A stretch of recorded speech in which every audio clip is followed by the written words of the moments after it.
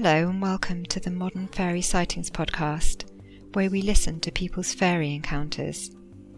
But take heed, we're not talking about winged Tinkerbells here. These are real fairies, real encounters that took people like you and I by surprise. Stay a while and hear their stories.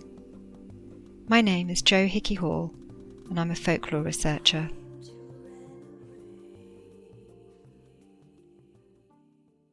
Hello, dear listener. I hope you're managing to keep well in these challenging times. I'm endeavouring to keep things as simple as I can, meditating, resting, and minding what I place my focus on, avoiding activities that make me feel worse about the situation.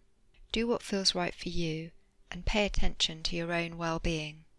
In light of that, and before we get to our chat with Lucy Brydon of the One Scot, One Not podcast, I want to let you know that the project's focus is shifting somewhat for a period of time. At the moment, I'm very much tied up with producing episodes every 2 weeks. With my day job and young family, that's all I really have time for. So instead, I'm going to be releasing an episode every 4 weeks to allow more space for research and writing the book. I feel very lucky to have such wonderful support from the Curious Crew, a group of amazing folks who back the Modern Fairy Sightings podcast on Patreon. So I'll be producing exclusive episodes on Patreon in between the public episodes to keep supporters abreast of what I'm researching. As well as that, I'll continue creating bonus episodes for patrons that run alongside the main show. As you may know if you've been listening a while, I've always been very much led by wherever the project leads, and making space for deeper research and writing feels right at the moment. While it's been a big decision and I still do feel massive resistance to making changes, I do feel I need to trust the flow and see what wants to be created in this space. As a much valued listener, I'd love to know your thoughts on these changes, and if you enjoy the show and want to hear more original material and get involved in our open-hearted community, then you can find us on Patreon. You can join for as little as £3 per month, take part in our monthly Zoom video chats, and gain access to our Discord chat as well as other updates and bonus material. Another thing I need to let you know is that my contact form on the website hasn't been working for some time. I'm so sorry if you've tried to contact me on scarletofthefay.com, as I won't have received your message. I thought it was fixed months back and it wasn't. Very upset and frustrated about that, so until I find a way to fix it properly, please contact me on scarletofthefay@gmail.com and I will always contact you back. Now, let's get into this episode, which is a great chat with Lucy Brydon of the One Scot, One Not podcast. Lucy and Karen cover Celtic myth, legends and folklore in their informative yet humorous show, which I always find uplifting. And let's face it, we could all do with more reasons to smile right now. So please do check them out. Lucy shares a number of her own extraordinary experiences, and as usual, if you'd like to hear more of the conversation, you can head to Patreon, where there is a bonus episode treat just waiting for you. As with many of my chats with other researchers, I will release the video version of our interview in the coming months. Enjoy! And don't forget that links to One Scot, One Not and Lucy and Karen's artwork and retreats are available on the show notes. Time to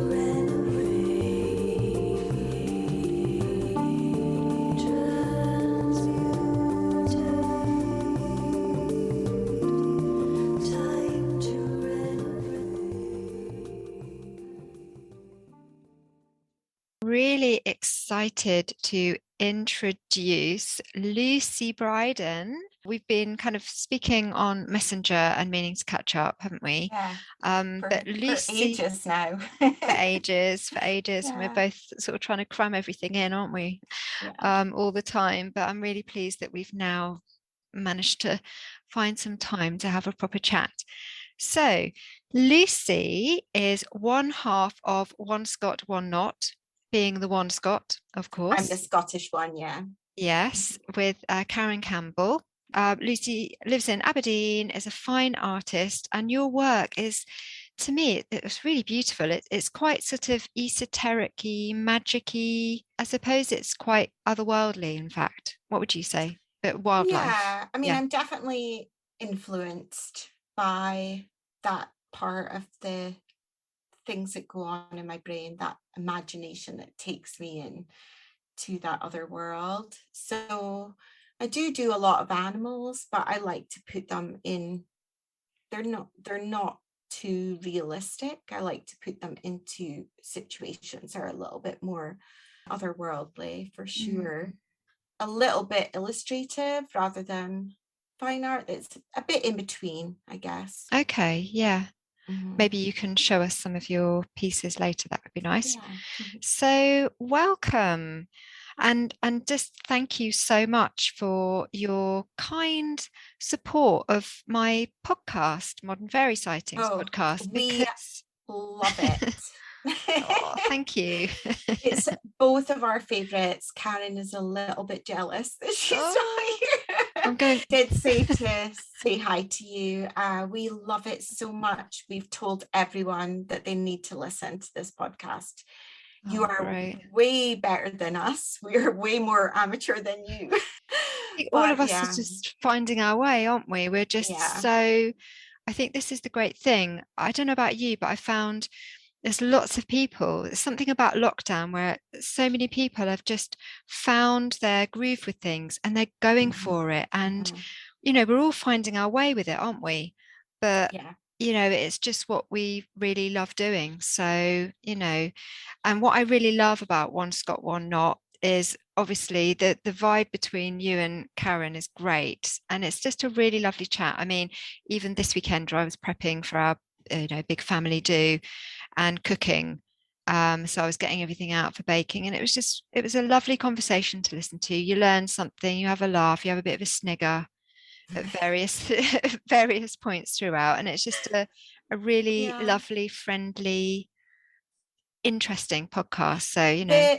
I hope any fairies listening don't think that we're making fun of them and then take it out on us, because we really do take that part seriously, but it probably doesn't come across that we take it seriously, because we do like to bounce off of each other. We've been friends for a long time, Karen and I. We do quite a lot of projects together. We hold a yearly retreat in a castle here, not far from me. And obviously that was held off because of the pandemic, but we're hoping we've got it organized for 2022. And that's a week-long retreat where we have ladies come and we do art and we go and visit stone circles and castles and things like that. And we also teach a class together online. So we both teach online art classes, and we started off doing the podcast and then realized that both of our fascination with folklore and Scottish Celtic myths and legends and things like that, just doing the podcast wasn't enough, that we wanted to take it a step further. So we now also teach a class called the Celtic Collective, where we're doing basically what we want to do, which is paint fairy folklore type art all day. So we're doing that with our students.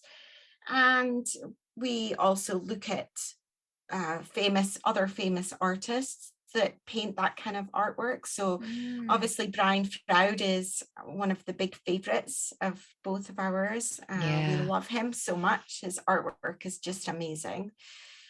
So we look at the kind of artwork that's produced by artists like that and guide our students through how they might produce their own in their own style. And the podcast is just a lot of fun. Basically, it's me and her chatting like we would normally do over Zoom if we weren't recording, but we happen to record it. Just get a little bit sweary in places, but that's just the way that we bounce off each other. We have a lot of fun together. I'm absolutely fascinated with that link. That was something that I hadn't really thought about until I started investigating more, listening to you, listening to more podcasts, doing more reading. That link possible link between extraterrestrials and fairies or the other worlds that actually kind of makes total sense to me. Yeah, for a lot of them, it really does, Mm-hmm. doesn't it? Including the folklore itself, and then modern accounts of Mm-hmm. both fairy sightings and extraterrestrial sightings. And then, we've got the ideas of, religious visions as well. Mm-hmm. Yeah. If you look at some of those, it's hard to work out what it was. Are they spirits? Are they fairies? Is it some kind of extraterrestrial Mm-hmm. experience going on? And yeah, it is very interesting. Yeah. I'm not, I think probably like you, I don't know about you. I suppose I wonder if you're the same as me, that the more you're kind of on this journey and you're just learning more all the time. And because of that, your own ideas are expanding and Mm-hmm. you don't really stay in one place with all of Yeah. this. Mm-hmm. You Definitely. do just kind of move with it and explore, oh, this kind of, yeah, maybe I'll kind of read more into this, or Mm-hmm. oh yeah, that reminds me of this. And you're always expanding in some way. Mm-hmm. I think that's a good thing. I think, it's more healthy to sort of start with the idea and maybe even continue with the idea that we really don't know anything. Mm-hmm. um, we know what we've experienced ourselves. That's all we can know. And even then, we Yeah. don't know what is behind that or what's causing it or what we've Yes. tapped into. Because somebody standing next to you could have had the same experience and just have a completely different perception of that, Yeah. like anything else in life. Uh-huh. So, we've just got to sort of just see how it feels, where it leads, what feels like the truth for us in terms of that experience. Mm-hmm. And then by talking to other people, exchanging, Yeah. then you start to sort of build some kind of picture, and you get more people on Mm-hmm. board with sharing their journeys as well. And for me, that's what this project is all Yeah. about, is just to sort of explore together. But yeah, I think what we're feeling at the moment, what we're discovering at the moment may completely change by next year. We may have discovered all sorts of things by next year in the external world as well. There might be more revealed in the external world, and then and people are researching and writing all the time as well, and that feeds into this flow as well. So it But is, that's like being a good detective, though, because a yeah, good detective doesn't have their conclusion already and only research according to their conclusion, or only interview or try and find things out to fit into their narrative. They have no narrative, and they go around and try and find out as much as they can and build a narrative from there. And it's the same kind of thing. If you don't know, you know that you've experienced something, but you don't know what it is. You don't know whether it's extraterrestrial or fae or anything, or sleep paralysis or anything like this. But if you're open and I think it does become a little bit like investigation of your own in a way, because I think that as soon as you have something like this happen, you start to wonder, well, what could that be? And that's certainly what has intrigued me over time is, I know I've had these things happen to me. I don't know what they are. I know that I know that certain people would look at me like I have two heads. And then other people would also say, well, hang on a minute, I had this happen as well, and that's a bit yeah, strange. And yeah, it's so exciting and interesting. And the not knowing part is one of the most interesting parts, I yeah, think. that's a big part of it. Mhm. It's the not knowing. Yeah, Yeah, it's a good part of yeah, it. I think we are a bit too stuck in this world about having to have all the answers and yeah. having it all lined up. It's like we have to just control everything, but it has to be like this. We have to make sense of it. Some things you just can't make sense of. Hmm. And I think, things are revealed in time anyway. There's a sort of sense of that. It seems, throughout history, it seems to work like that things are revealed when they're meant to, and let's just kind of enjoy, the investigative work and the sharing. And there's just a joy in that, really, isn't there? And if you're into it like we are. And things might not ever be revealed.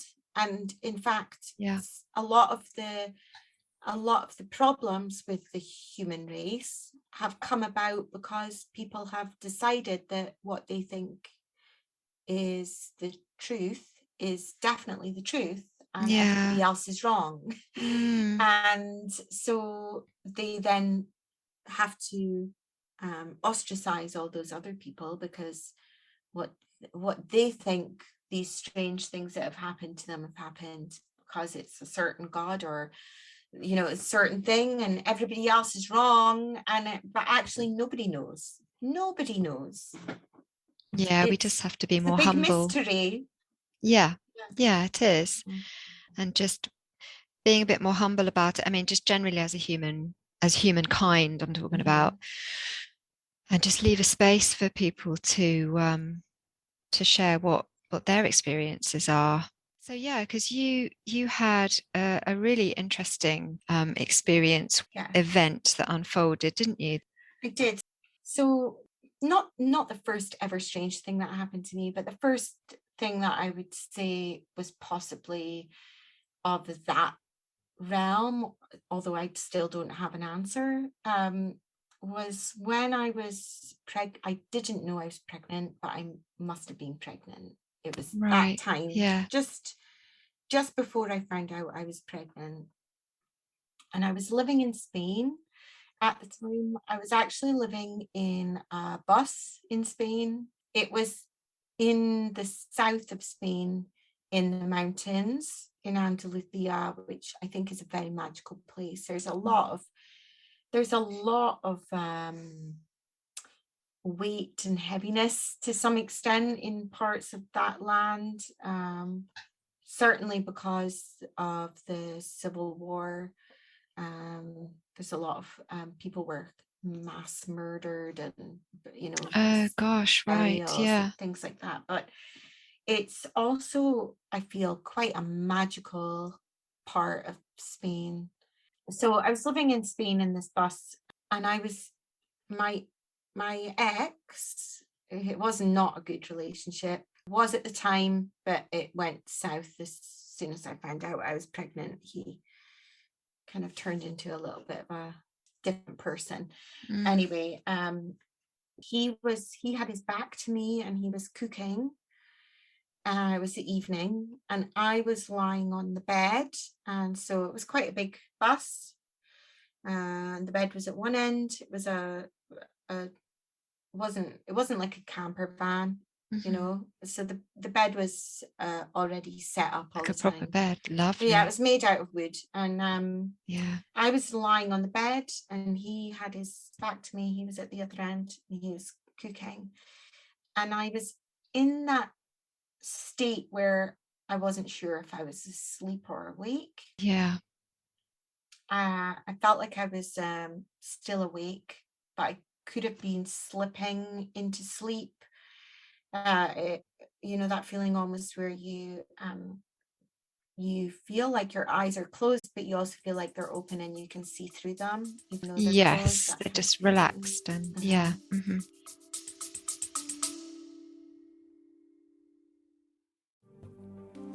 Healing has helped me many times in my life when I'd reached a point where something needed to change. In 2005, I trained with Martin Brofman to learn the body mirror system of healing, which was life-changing for me. It's based on the idea that the parts of your body that don't work well reflect the parts of your life that don't work well, and about which you have tension in your consciousness. The understanding is that tension is stress, and stress causes symptoms.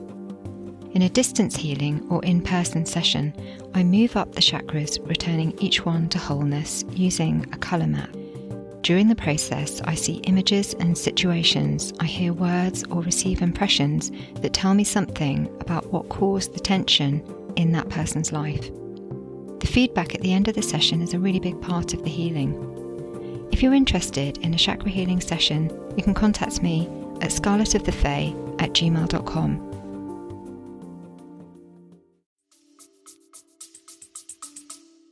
And suddenly there was a woman appeared, and she was, I can just describe her as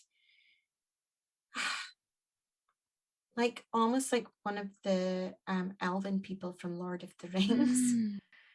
She was thin and ethereal. She had long blonde hair. She was just wearing like a simple kind of gown, that kind of medievally, like just a simple gown. Yeah. And she just felt very ethereal.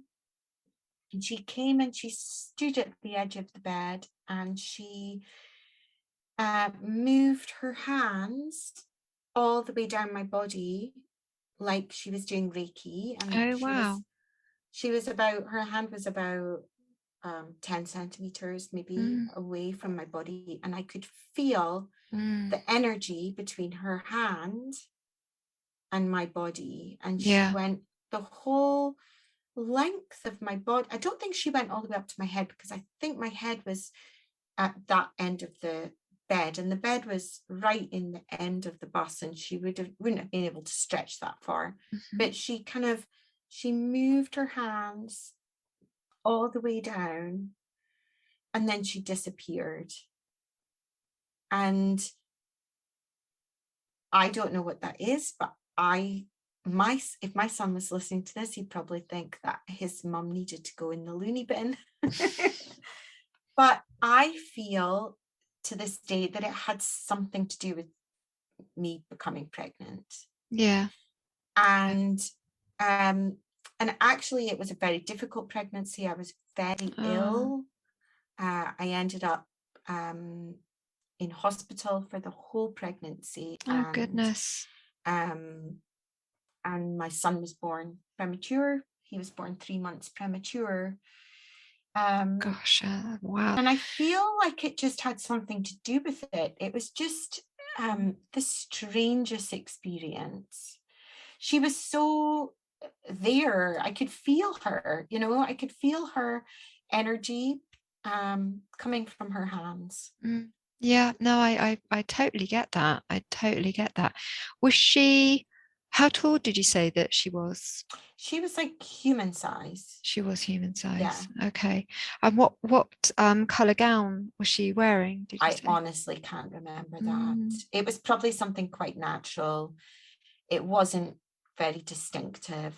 So so it wasn't sort of as if she was a white figure. You could see that she was wearing kind of colours and yeah. But she was very. Now, some people might say that was an alien visit rather than a fairy visit or an angel visit. Which one is it? It sounds angelic, but I think the funny thing is with angel visitations is that they're really tall, and their presence is so different to fae or anything like that. But I guess that could be. I mean, if you think about the religious visitations, then those often look like women in a lot of cases, although they're a lot of the time they're heavily lit, and there's lots of different aspects to those, I suppose. Did you get eye contact with her? No, I think that I was almost not frozen, because it wasn't sleep paralysis, but taken aback and a little bit surprised, and also in that quite drowsy, almost falling asleep stage. Yeah. That it happened before I really realized what was happening. She was just so ethereal is the only way to describe her. She was very calm and very beautiful and very she almost looked like, somebody from Sweden or something, that kind of very like pale blonde hair, Yeah. and very like model, kind of thin body and delicate. And but I don't think we made eye contact. This is 21 years ago. Yeah. Yeah, So it's hard to recall. mhm. Did you have an expression of any sort on her I face? just felt a lot of peace coming from her. Mm. And actually I had to go back even further, I had another experience a couple of years before of a visitor in my room at Okay. night that Yeah. was the opposite. It was very sinister. I was at college at the time in the States. I went to college in the States, and in the dormitories there you have a roommate. And Right. so there was me and my roommate, and our beds were just mattresses on the floor because we were being edgy. And we had them set up like an L shape. So her mattress was there and my mattress Okay. was there. And then we had a sofa that we'd stolen from somewhere. And I woke up in the middle of the night, and I, again, to this day, I'm not sure if this was a sleep paralysis episode or a dream, or I'm really not sure what this was, but I looked over at the sofa and there was a man sitting on the sofa Oh, with what yikes. can be described as a sinister expression on his face. Mm. It was like he was smirking at me, Mm. like sitting with his arms folded and smirking, and almost saying, he didn't, and I made eye contact with him, and almost he wasn't saying anything, but he was almost saying like, I've got you. That kind of feeling. It was absolutely terrifying. I was so terrified, and I woke my roommate up.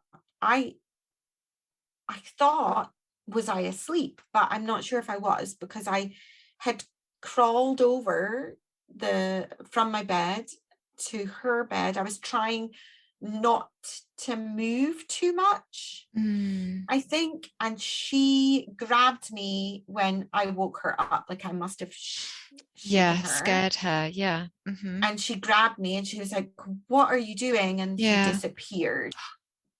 Yeah. And the next morning, one of my best friends, she used to come to my room on certain days of the week when we had class together, and she would make coffee in the kitchen downstairs and bring it up, and we would sit and have coffee together, and then we would go to class. And the next morning she came and said, "I had the strangest thing happen last night." And I said, "What?" And she said, "There was a woman in my room." And I said, "There was a man in my room." How And bizarre. it was so bizarre. But I still to this day don't know whether that was, whether it was A a ghost visit or or a yeah. ghost or a sleep paralysis. It was strange that she had the Mm. same thing happen on the same night. And was it horrible for her too? Was it a horrible Not as experience? horrible. That woman told her that she would get ill soon, and she did. She came down with a chronic, like I think it was her thyroid or something. She got diagnosed with Oh something not long no. afterwards. And the woman Oh, was sitting in her room and said, "You're going to get ill soon." geez. So that is Yeah, because they might really, keep trying. yeah, that is really, really, really creepy. So you didn't have any recognition of this man at all? No, he just looked evil. Oh my goodness. It was like that,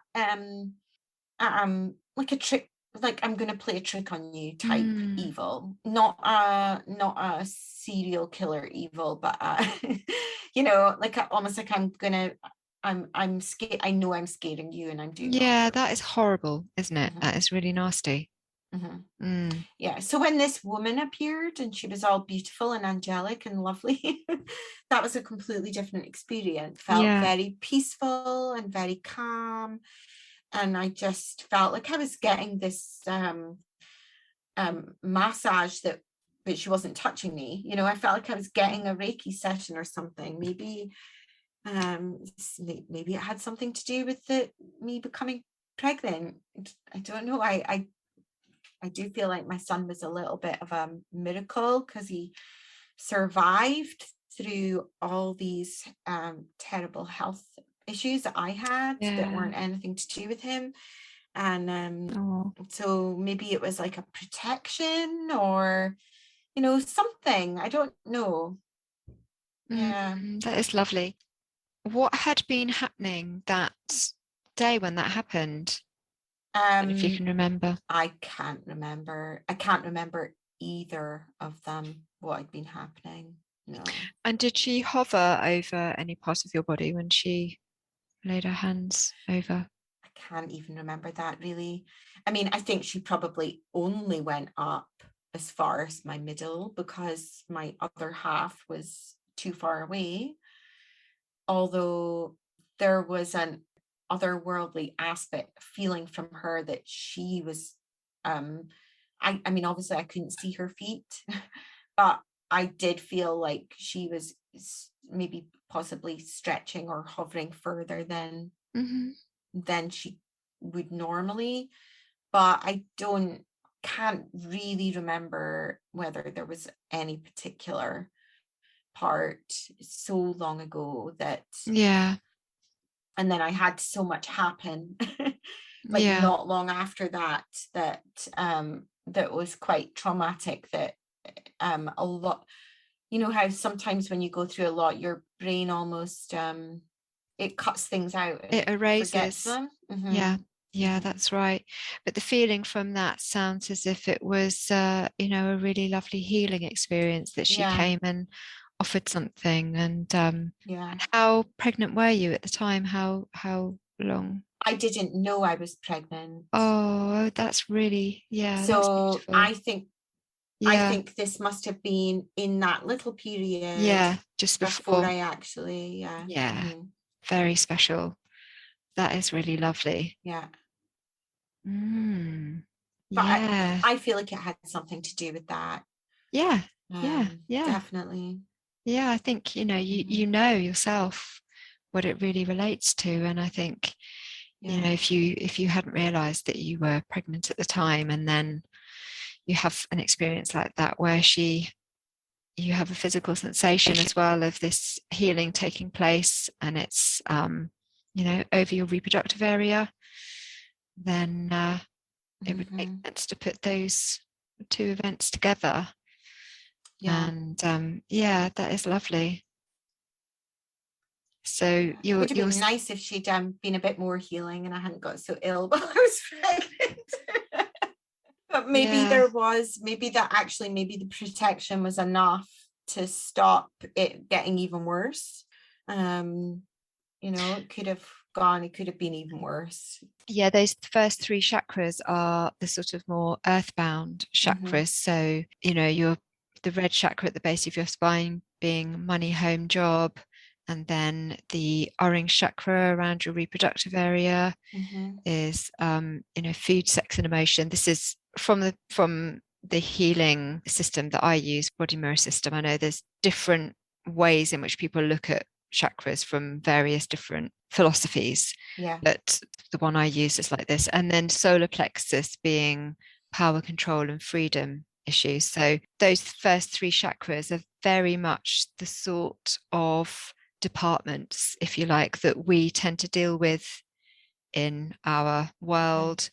You know, all of those different departments in our life. So but who knows what the meaning was, but it's what it meant to you. It's what it meant to you. I haven't decided exactly what that was. I just have the intrigue of it and the pretty vivid, I mean, I can't remember every single detail, but pretty vivid memory of of it happening, and through that sense of wanting to find out more and not necessarily needing an answer, but being open to the wonder of different experiences and what they could possibly be, and knowing that there isn't just what we see necessarily, that there might be other things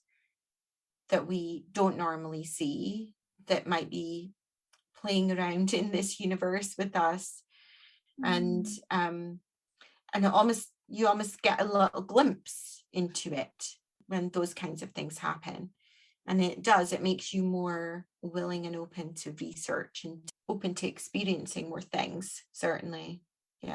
Yeah, definitely. And I'm just thinking as well about how, because I know I had some experiences when I was pregnant, and when I was first very, very early on.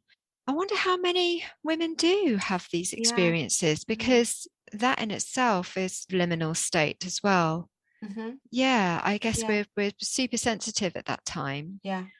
And without wanting to get into religion in any way, if you think also to the Mary and Jesus story and the visitation, Angel Gabriel, it could, who knows what that was really.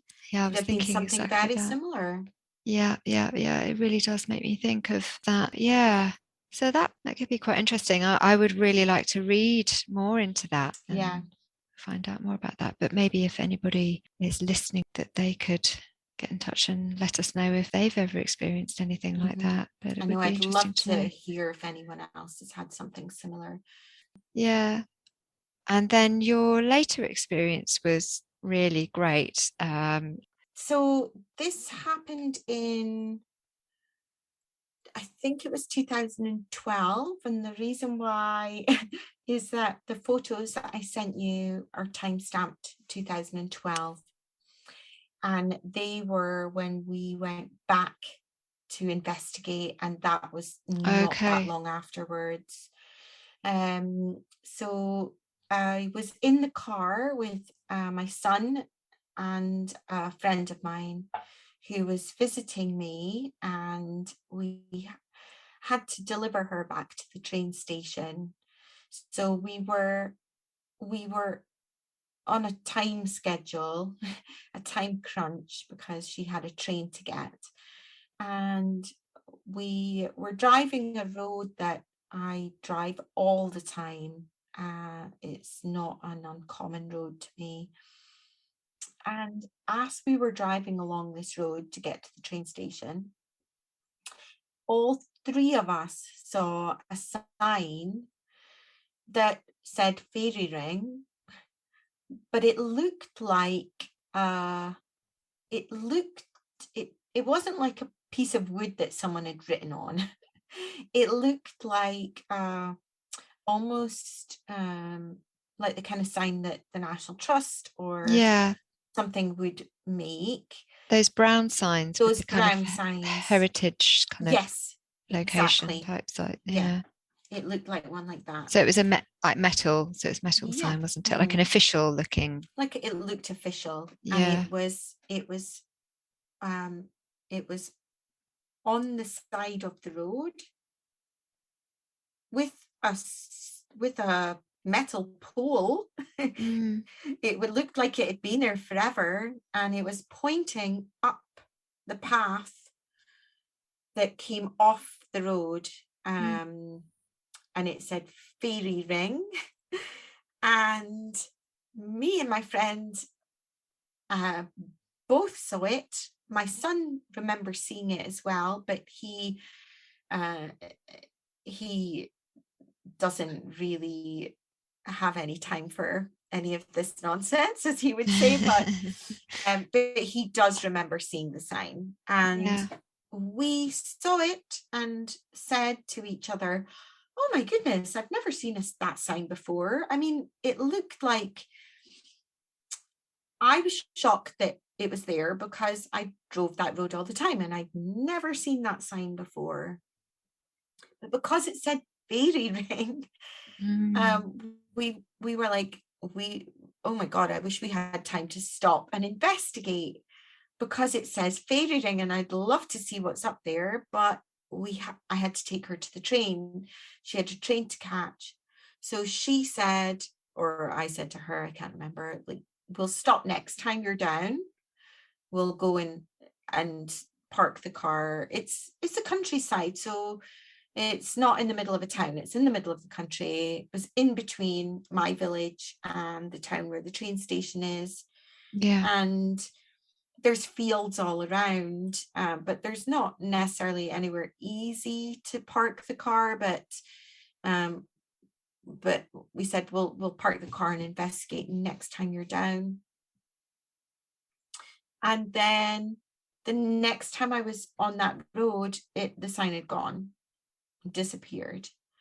And it wasn't that much longer afterwards. And I didn't tell a lot of people because I already felt like it was something that people might look at me strangely for. But I did tell, there's a woman that lives in my village that is a bit of a self-labeled witch. She's into witchcraft and herbal lore and all of that kind of thing. So I knew that she wouldn't look at me like I'd lost my marbles. And so I told her, and the first thing that came out of her mouth was, "It's a good job you didn't go up there. I don't know what would have happened to you if you'd gone up when that sign was," she said, "that sign was there for you. And it's a good job you didn't go there." Yeah. While the sign was there. And she said it in all seriousness, which actually gave me a little bit of a start, because when I saw the sign, I don't think I knew as much about fairy lore and folklore then. This is 10 years ago. And the potential dangers. I wouldn't have realised there was a potential danger. Right. I thought fairy rings might have been a nice, lovely thing to go and visit. Like, oh, fairy ring. Yeah. Well, you would feel compelled to go and yeah. Just in the same way that if I saw a sign that said ancient monument or stone circle or any of those things that I'm interested in, that I would have gone, oh, that looks interesting, I want to go and visit it. And then when she said that to me with such seriousness, she said it so quickly and with such seriousness in her voice that it gave me a bit of a start. So the next time my friend was visiting, I said, look, the sign's not there anymore, but let's go and see what's up with this place. So we did. We parked the car, and it was just the strangest place. There was a little track that led up to a copse of trees, and I already find copses of trees to be there's something about copses. Yeah, they have a very definite sense, don't they? Yeah, very definite character. Yeah, I mean, quite often I'll feel like there's something in that copse of trees that's been avoided for centuries. That's why there's a copse of trees, and the farmers ploughing the field all the way around this copse of tree and leaving this little thing. We have got a lot of them around here where there'll be a field with wheat or barley or potatoes or whatever, and right smack bang in the middle of the field is a little circle of stones and trees that's been left. Yeah, that's great. It's great that they have been left, because a lot of farmers, do actually, even if they're standing stones. I know where I am from in Jersey, a lot of them were farmed over. And I feel there's always I always get a feeling from them. So there was this copse of trees at the top of the hill, and I'm laughing because Badger's coming to visit me, and the tree you saw in the photo that I sent you, the trees looked like people. Right. Yeah.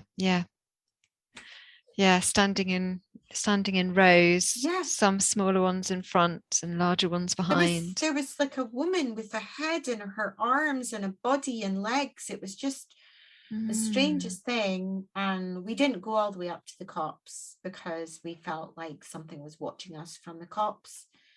But the track going up, the mud was really caked and dried. It was all cracked.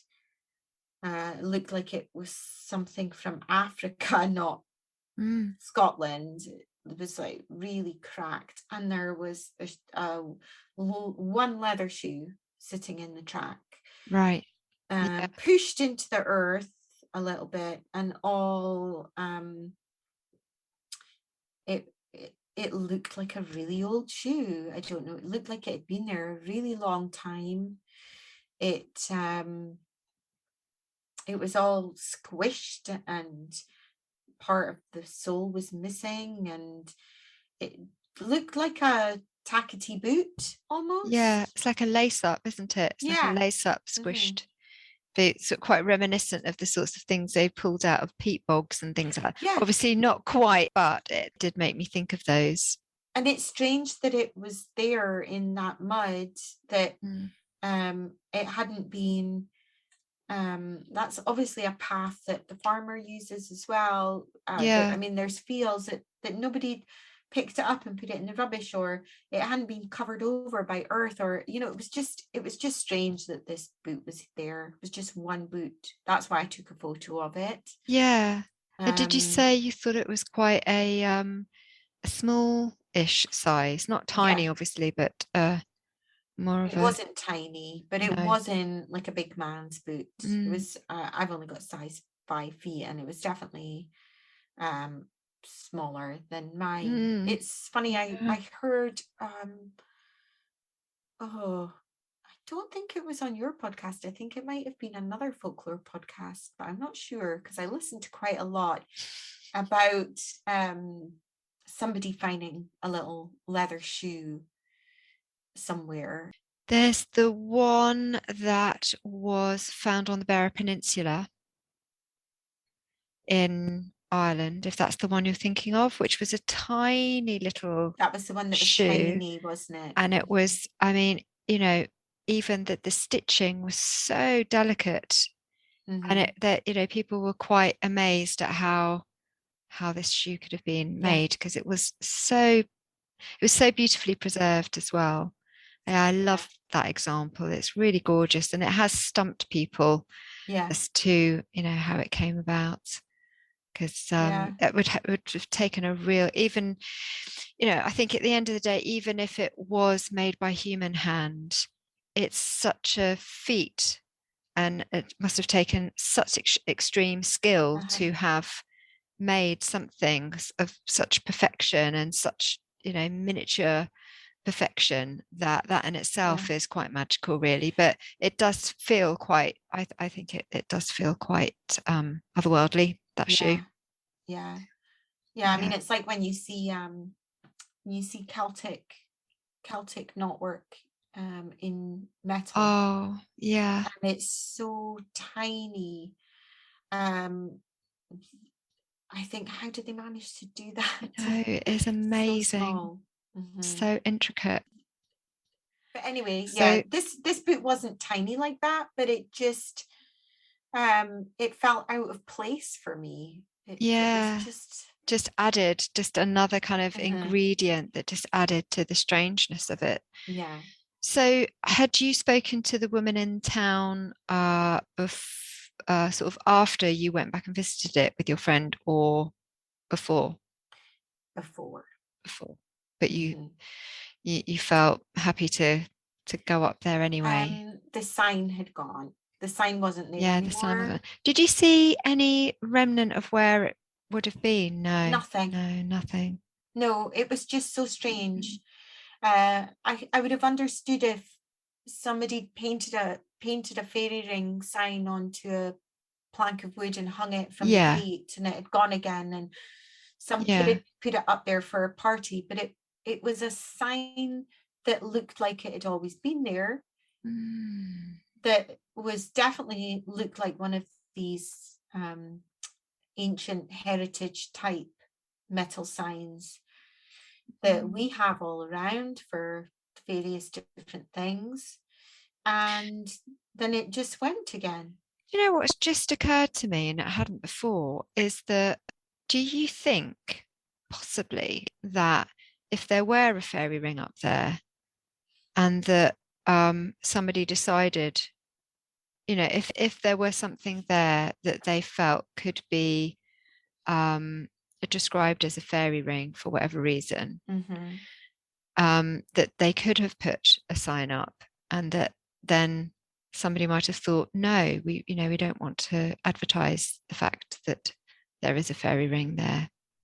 If we don't, I suppose you would have known if archaeologists had been there, or people that would be interested in landscape, or no. Yeah. But it just occurred to me, I wonder if somebody then actually did take a sign down, if there was something there. That could be the very sensible explanation, but it didn't feel right, because there aren't any other signs around here for things like that. There's signs for castles and stone circles. Yeah. But there's no signs for things like that. It just seemed so random, and it was so all of a sudden, and it was literally a road that I would travel at least once a week. So it was like there and then gone again the next time. It was so quick. It wasn't like it was there and then it was gone again months later. It was just there and then gone. And I don't know. I really don't have an answer. So with your friend, is she a friend that is also interested in fairy folklore, or is that something you? Yeah, we've kind of lost touch, actually, sadly, in the last 7 or 8 years. But she definitely would not have thought that something like this was strange. Yeah.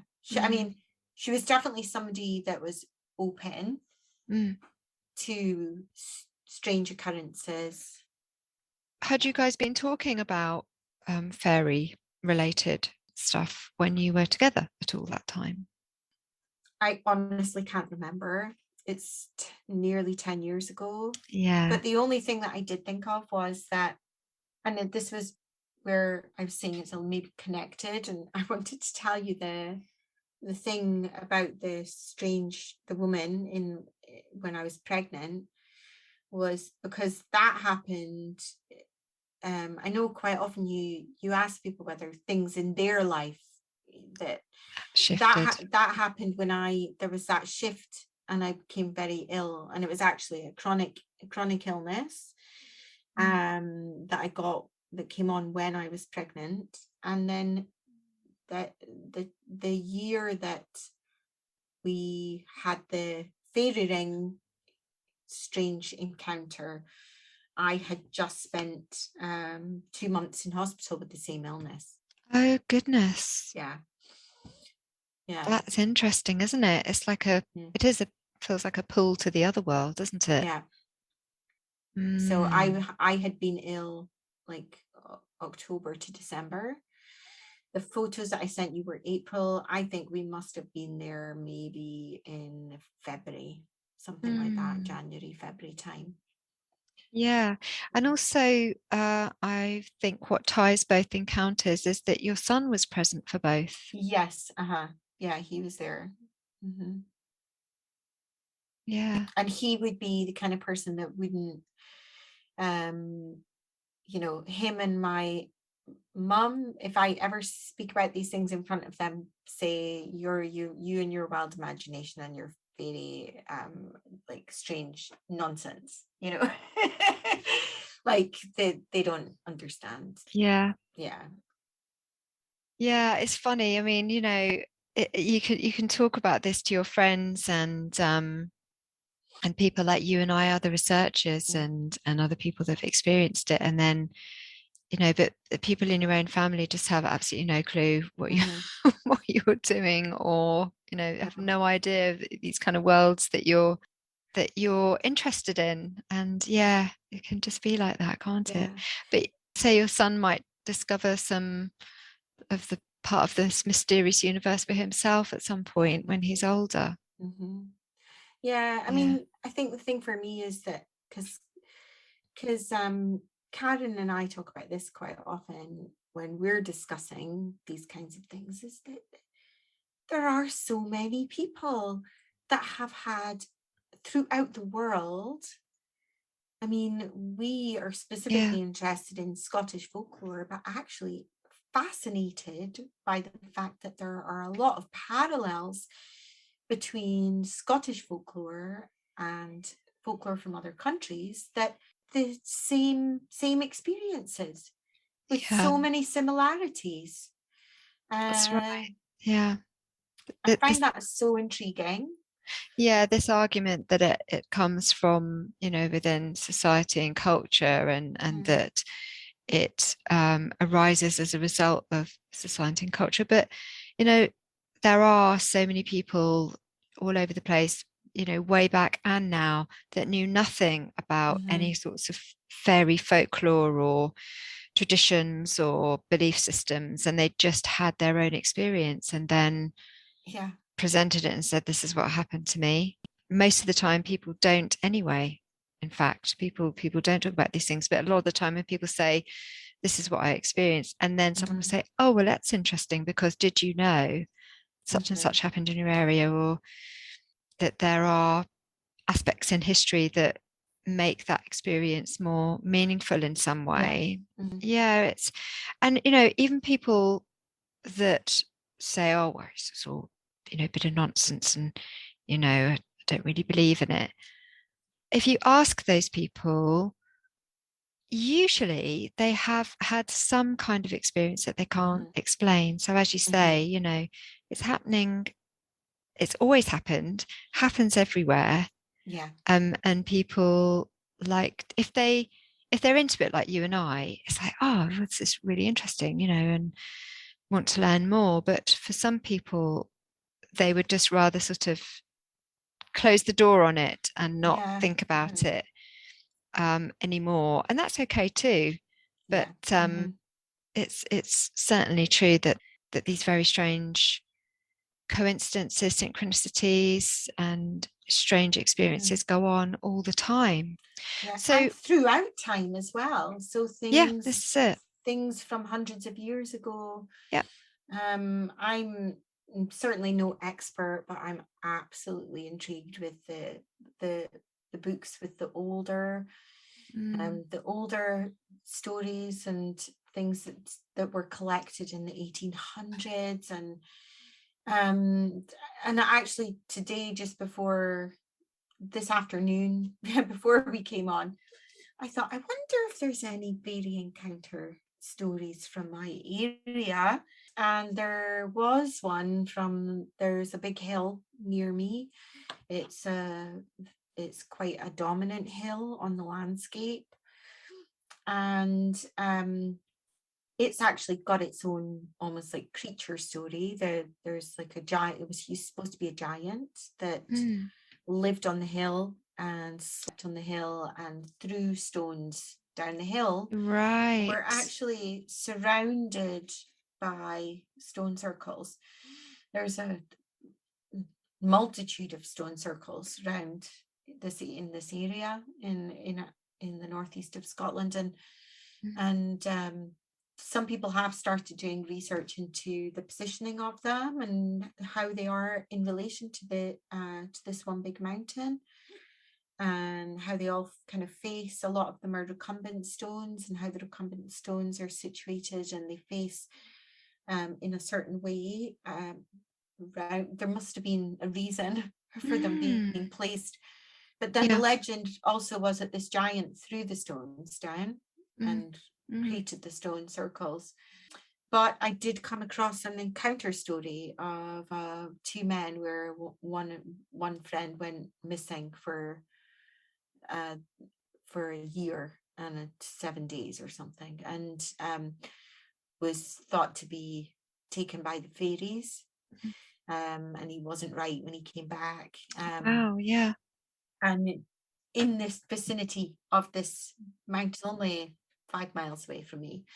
So and what era was that he had gone? I'm not quite sure, but I'm thinking a while back. I actually did order, it was quoted from an author who has collected mysterious stories from this area. So I've just ordered the book on Amazon. I want to read more into it, because it was an article online where they just summarized the story and then mentioned the book, Each Set of Curious Aberdeenshire, I think the book's called. So I've ordered it. I want to read more into that story and find out if there are any particular to this area, because I did Google fairy rings after that happened to me, and like you say, I hadn't actually known too much. I didn't actually know the folklore of getting trapped in a fairy ring and disappearing through time. I hadn't known that before I just thought fairy rings were kind of a cute thing, you know. I hadn't realized at the time, and it wasn't until it happened and I had that warning from the woman that I spoke to that I realized, oh, maybe this isn't such a good thing. But I did do some Googling, and it was really hard. I couldn't find any similar stories to mine. But then it was hard to get through the search results of just lots of photos of mushrooms, rings of mushrooms. Exactly. And you could try your, as Dr. Jack Hunter was saying, he got some success from local archives. Yes, that's so true. Just keep having a look in your local archives of all sorts, and something might come up through that. But when you went back up to the place where you'd seen the sign of the fairy ring, what did you find up there? Were there any stone circles up there? It was more of like a ring of trees, wasn't it, that you didn't want to? So it was a copse of trees. But they're quite often the copses of trees that we have here. I don't know if it's the same in England, but do you get a lot of copses of trees in England? It's funny because it's something that they don't really get in the States. People from the States, they don't. I think they must just bulldoze the fields. Maybe. But here, quite often the copses of trees were originally some sort of structure, whether it was an old an old building, or a stone circle of some sort. The trees have sprung up in that area, but there is almost like a ruin of stones, a circle of stones that looked fairly old, and then the trees in that middle part. But there was also, I sent you a photo, it did look like a mound. Like a mound with stones around it. Almost reminiscent of a simpler version of the clavicairns, up in Inverness. Oh, beautiful. Inverness. So it's like a mound of earth. There was like a mound of earth with like almost like a ruined stones, like the remnants of a ruined building or something round.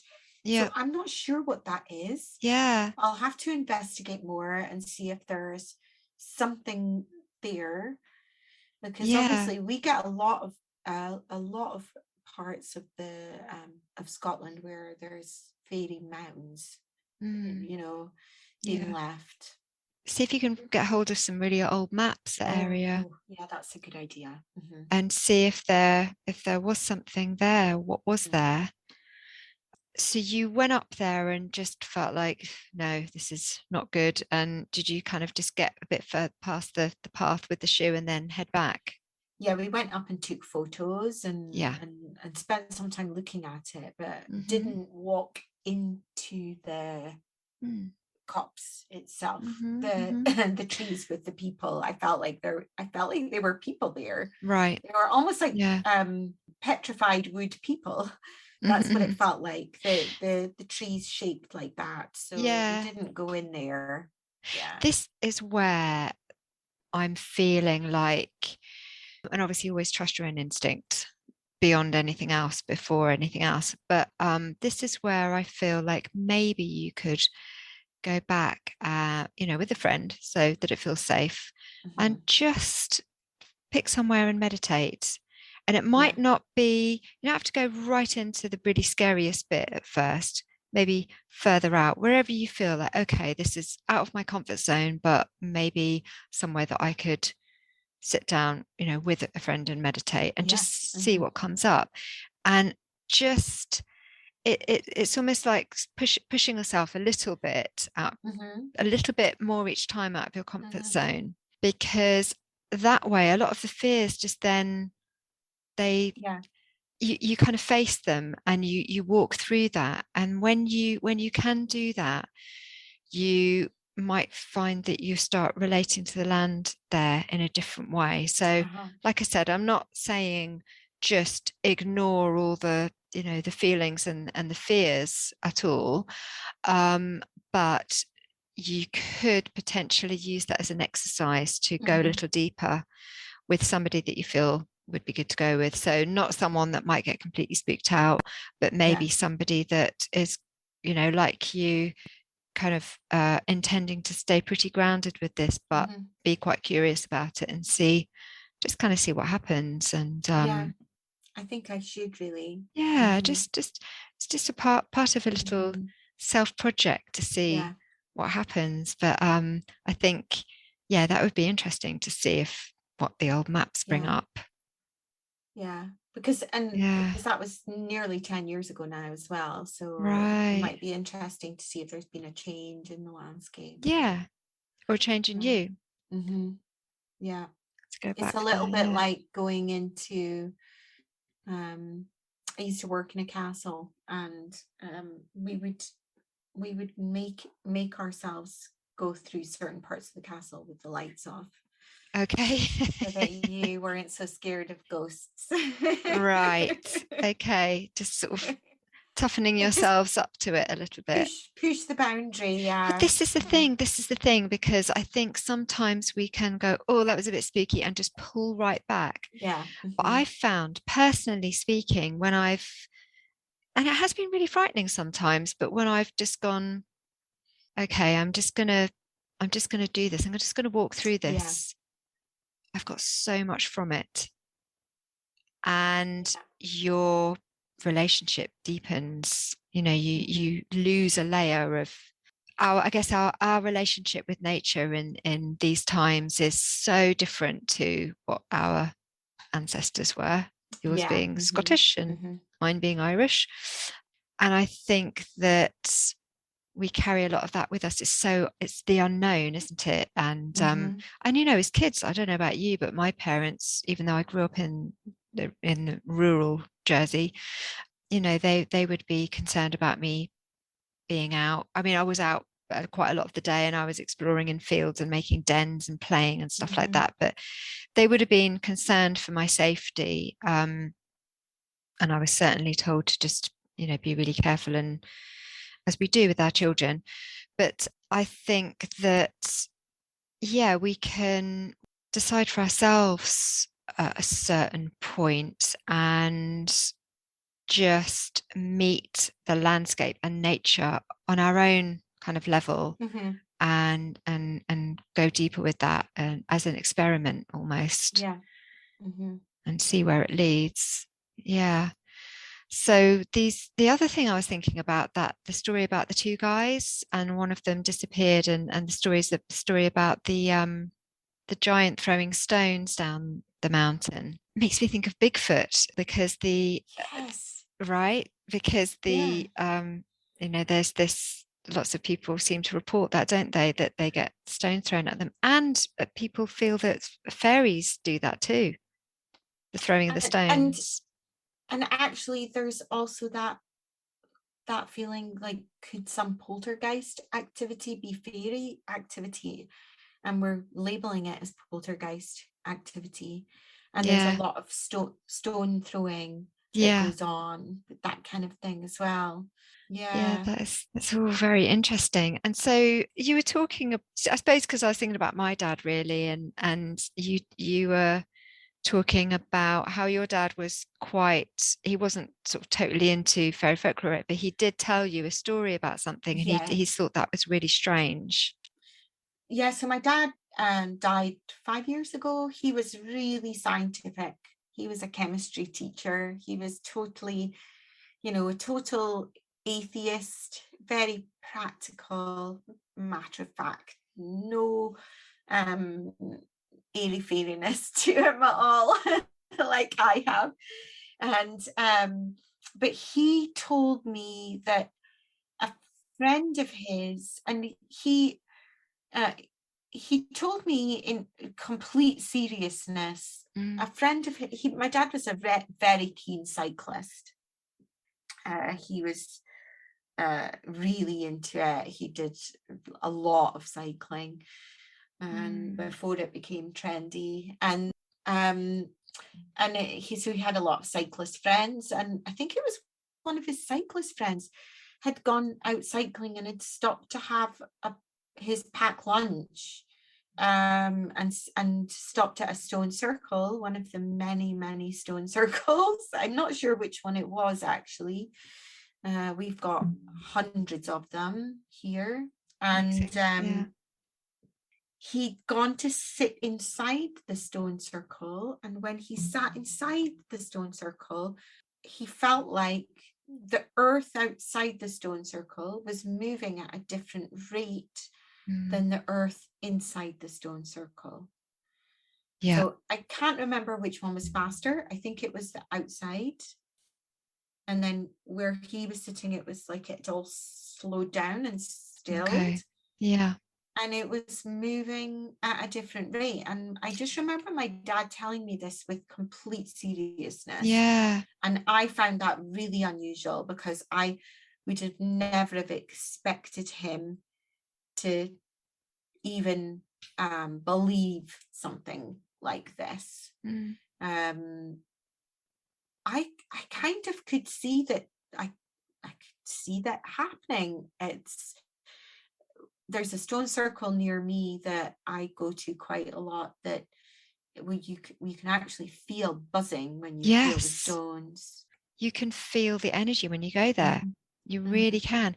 And that feeling of spinning energy, when I go to Stanton Drew and meditate, it's a really funny energy there. It's like, I feel like I'm sort of, I don't know which way up I am. That's the only way I could describe it. Sometimes when I'm getting into a meditation there, I'm not sure which way up I am, which although I go deep in meditation at the ones in Jersey, I thought that was a really different feeling. So I don't know whether they all have their own sense.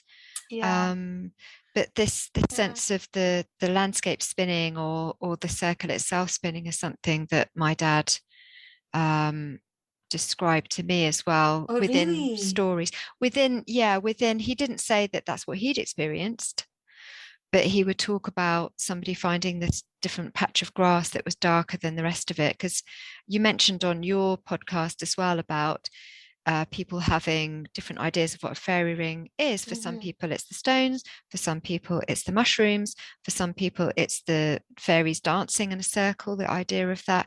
For some people, it's, that the patch of grass is darker than, or a different color than the rest of the grass. So, but that's something that he had mentioned to me about, feeling yourself spinning and going down and down and down into the earth. Which is really, exciting to think about, really.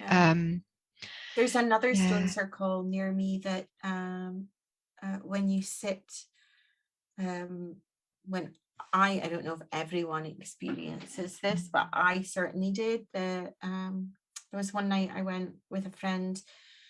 Quite often me and friends of mine will meet in stone circles in the evening, In the and night, yeah, it's a nice good. place to go. And Yeah. and I went with a friend, and it was very misty outside. It was quite cold.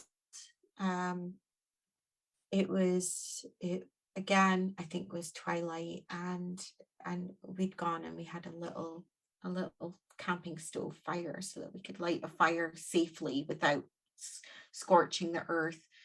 And we were just having a cup of tea, and yeah, so we were sitting against the recumbent stone, but the recumbent stone was shaped like this, so there was a hollow, and you could actually feel, you know how people say when you go to somewhere haunted that you can almost feel a barrier where the temperature changes. Okay, right. Certainly there's a castle near me that you basically walk down the corridor, and there's a shift of about 10 degrees between one part of the corridor and the next part of the corridor. And it was like that at the recumbent stone, but it was warm. It was suddenly warm right next to the recumbent stone. And it wasn't the fact that it was in a hollow. It was, I could actually feel, like if I put my hand, it was cold there, warm there. It was like there was a shower curtain or something that went from cold to warm. Yeah. So, I mean, there's something with these stones, definitely. There is, most definitely. There are. And I think if you visit them quite regularly as well, which is a really lovely thing to do, you really do start to feel a lot from these places and maybe the beings that reside there. So if you decide to go to, back to that forest, you may even start finding that you interact with those beings there, and that what seemed frightening before may eventually seem very welcoming.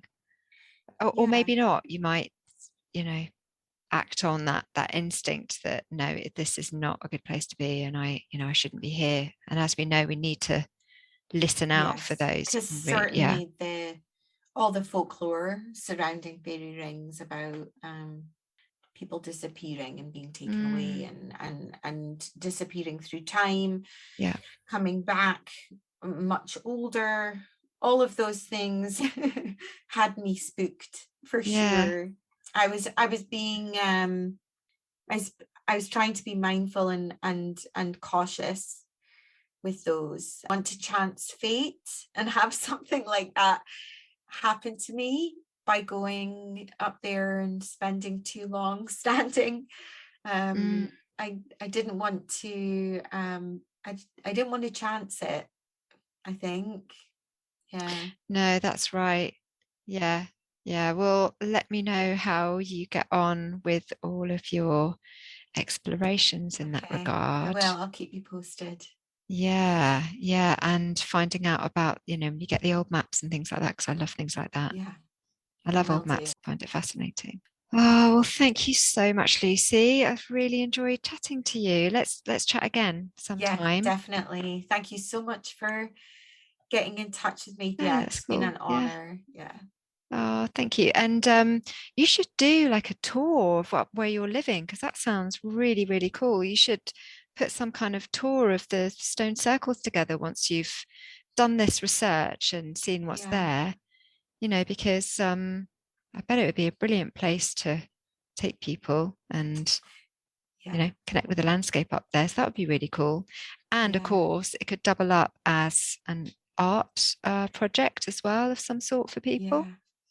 Definitely. Certainly really when we had the ladies at our castle in 2019, we went on an excursion one day, and I kind of whispered to the bus driver, can we do a little detour? And he didn't know where, and we were taking them on a magical mystery, and we went down this little single track road, and then in a little road off the single track road, and then stopped the bus and said, follow me. And they were like, where are you taking? I took them through the forest, and they didn't know where they were going, and I took them to my favorite stone circle, which is actually next to a natural burial ground, and it's in the forest, so it's Oh, not one that's been wow. cultivated in any way. It's not got the some of them have gates and plaques with information, but this one's just in the forest.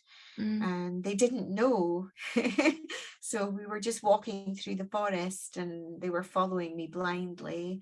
I could have been taking them anywhere. And then we just got into this clearing, and suddenly we were in this stone circle, and it was just so magical just seeing everyone's react, because they didn't expect that that's what we were going to do at all.